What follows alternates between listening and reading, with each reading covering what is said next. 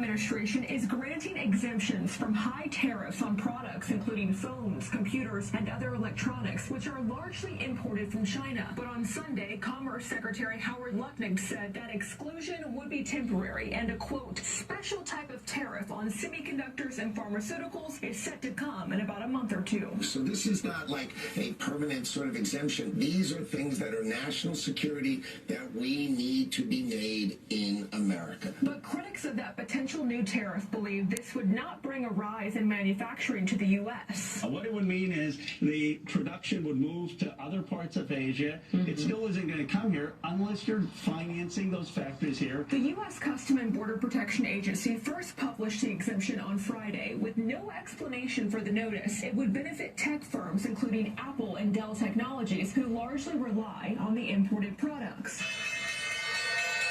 This all comes as major whiplash in the U.S. and China's trade policy has triggered wild swings in the stock market. Beijing placed a 125% tariff on U.S. imports on Friday in retaliation after President Donald Trump announced a 145% tariff on Chinese goods. When asked for his reasoning over the exemptions, Trump said he'll explain more soon. We'll be very specific on Monday. We're taking in a lot of money as a country. We're taking in a lot of money. China is calling the exemption a, quote, small step, saying it's evaluating the impact of it. In New York, CB Cotton, Fox News. More tariff talk now. With the increased tariffs on imported flowers, the local floral industry is bracing for potential price hikes. Fox 2's Camila Mary has the latest there. I'm a third-generation florist, so my great-grandmother was a florist in Detroit, and then both of my parents were florists.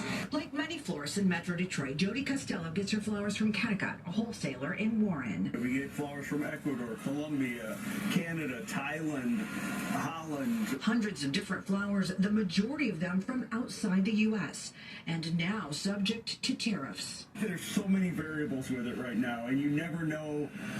You know, we were threatened with Canada and Mexico there for a while, and it was going to be 10%, it was going to be 25%, and, you know, we're trying to work with our growers to find a balance where, you know, maybe they would eat part of it and we would eat part of it, but you still have to have that product, so you've got to make it work one way or the other. And then, you know, you go through all the effort of figuring out new pricing, and then the tariff goes away, and then you're going to go right back to square one again. And with peak wedding season coming up, I think that we just have to kind of keep communicating the wholesalers.